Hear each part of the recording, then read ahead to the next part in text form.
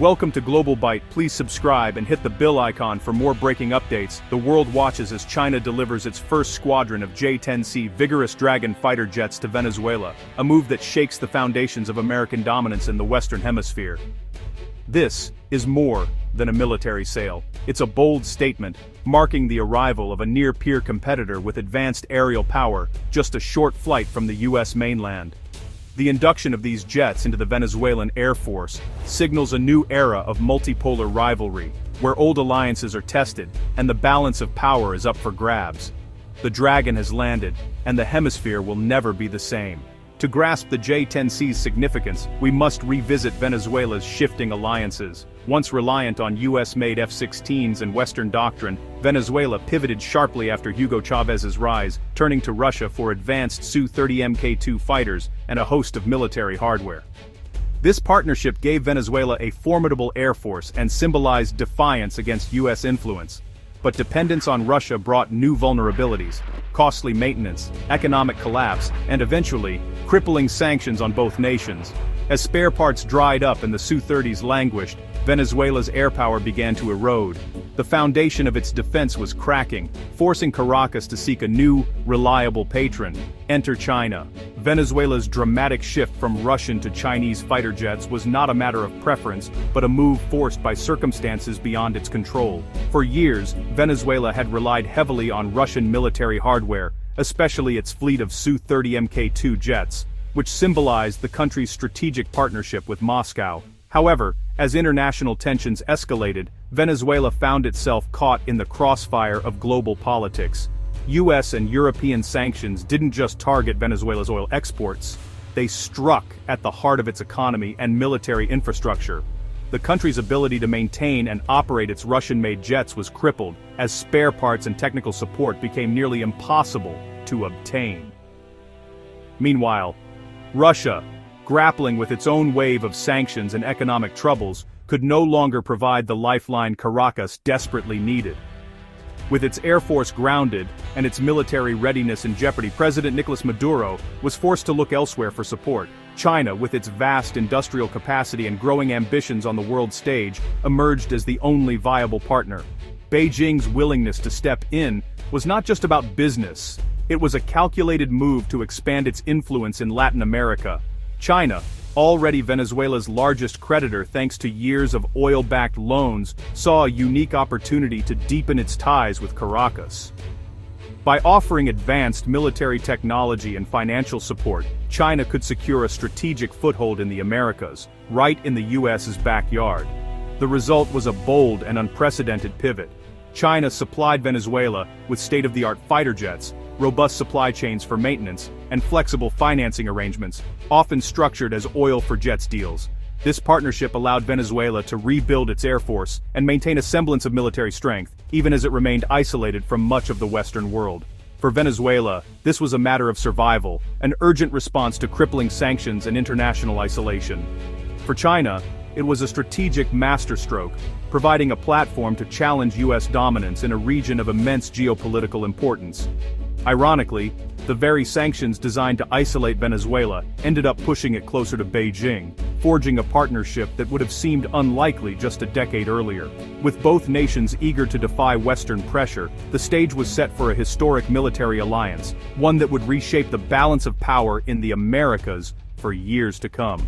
The September 2025 deal for Chengdu J-10C jets is China's largest military export to Latin America. Venezuela receives 24 advanced fighters, with options for more, financed through long-term oil shipments, sidestepping sanctions, and deepening economic ties.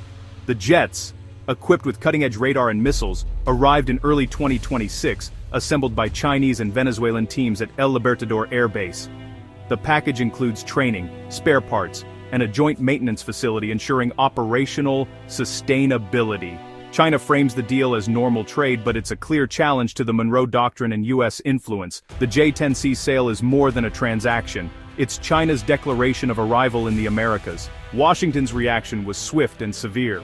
Within hours of the Chinese jets landing in Venezuela, the White House convened emergency meetings, signaling the gravity of the situation to both domestic and international audiences. The administration's message was clear. The United States wouldn't tolerate any foreign military buildup in its traditional sphere of influence. U.S. officials condemned the Chinese jet deployment as a destabilizing provocation, warning that it threatened the delicate balance of power in the Western Hemisphere.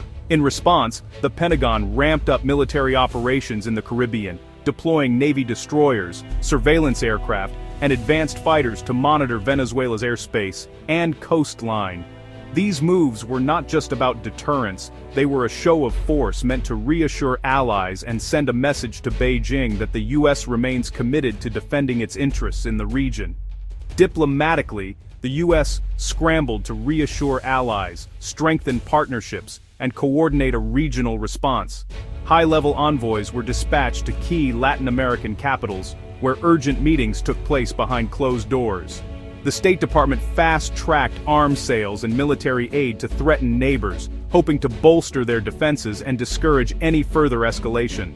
American officials also worked to build a coalition of regional partners, emphasizing the shared risks posed by foreign intervention. The U.S. is now forced into a reactive posture, dedicating significant resources to contain what it frames as Sino-Venezuelan aggression. Intelligence agencies are on high alert, monitoring every movement in the Caribbean and South America. Military planners are drawing up contingency plans, while policymakers debate the best path forward in a rapidly evolving crisis. Direct military intervention is unlikely, but expanded sanctions and covert support for opposition groups are on the table. Washington is weighing a range of options, from economic pressure to clandestine operations, all aimed at undermining the growing alliance between Caracas and Beijing. The stakes are high, and every move is being carefully calculated. The Caribbean has become a new front line in the US-China rivalry, a chessboard where every piece matters. Strategic locations are being fortified, and both superpowers are vying for influence over key maritime routes and airspace. The region, once considered a quiet backwater, is now at the center of a global contest for power. The region faces a stark choice: align with the democratic West, embracing long-standing partnerships and shared values, or adapt to a new era of multipolar competition, where allegiances are fluid and the future's uncertain. For many Latin American nations, the decision is fraught with risk and opportunity. The game has changed, and Washington can no longer take its backyard for granted. As the world watches, the United States must navigate a complex web of alliances, threats, and shifting power dynamics, determined to maintain its influence, but aware that the old rules no longer apply. The J-10C's arrival has sent shockwaves through Latin America. Neighbors like Colombia and Guyana now face a revitalized Venezuelan air force, prompting calls for military upgrades and deeper U.S. security guarantees. The oil for jets model offers a template for other resource-rich, cash-poor nations to modernize their militaries with Chinese help, eroding U.S. defense market dominance. The deal accelerates de-dollarization, with oil and yuan replacing the dollar in regional trade. For left-leaning governments, China's support is inspiring. For U.S. allies, it's a source of anxiety and debate. Regional powers like Brazil and Argentina must now balance economic ties with China against traditional security relationships with the U.S. The hemisphere's diplomatic chessboard is more complex than ever. Analysts agree, the J-10C deployment is about far more than jets. China is embedding its technology, personnel, and doctrine in Venezuela, gaining a permanent military technical foothold in the Caribbean. The J-10C's advanced radar and missiles create a formidable anti-access bubble, raising the stakes for any U.S. intervention. The deal is a global advertisement for Chinese arms, proving Beijing can deliver advanced systems despite U.S. pressure.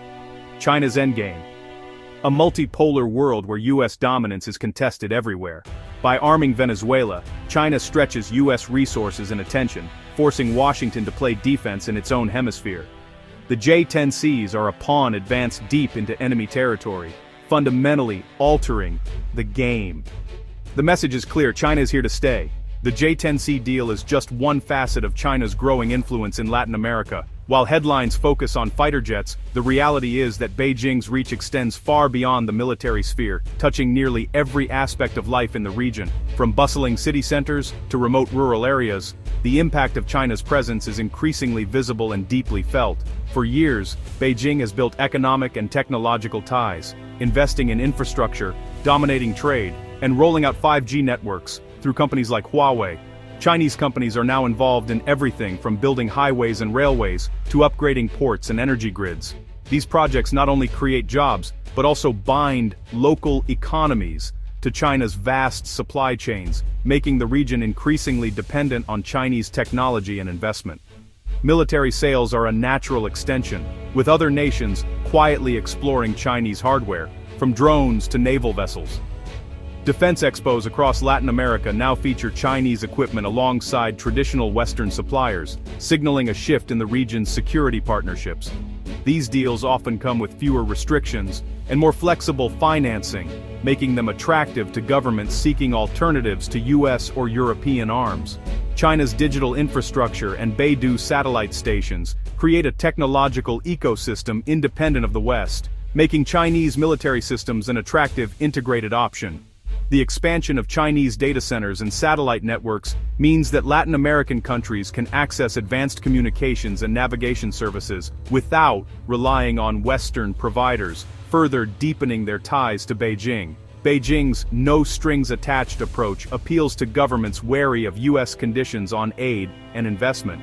Unlike Western loans, Chinese funding often comes without demands for political reforms or transparency, allowing leaders to pursue their own agendas. This strategy has helped China win friends and influence across the region, even as it raises concerns in Washington. The J-10Cs are the most visible sign of a deeper, holistic strategy intertwining economics, technology, and security.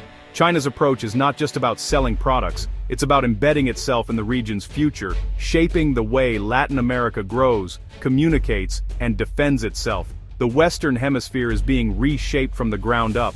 As Chinese investments and influence continue to expand, the region's political, economic, and technological landscape is undergoing a profound transformation, one that will have lasting consequences for generations to come.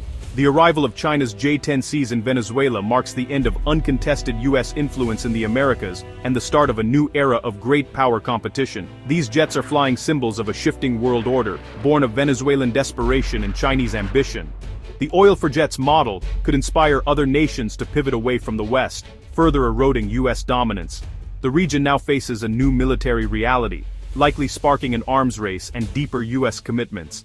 The chessboard has been reset. The future of the Americas is being redefined in the shadow of the dragon's wings. The world is watching, and the story is far from over.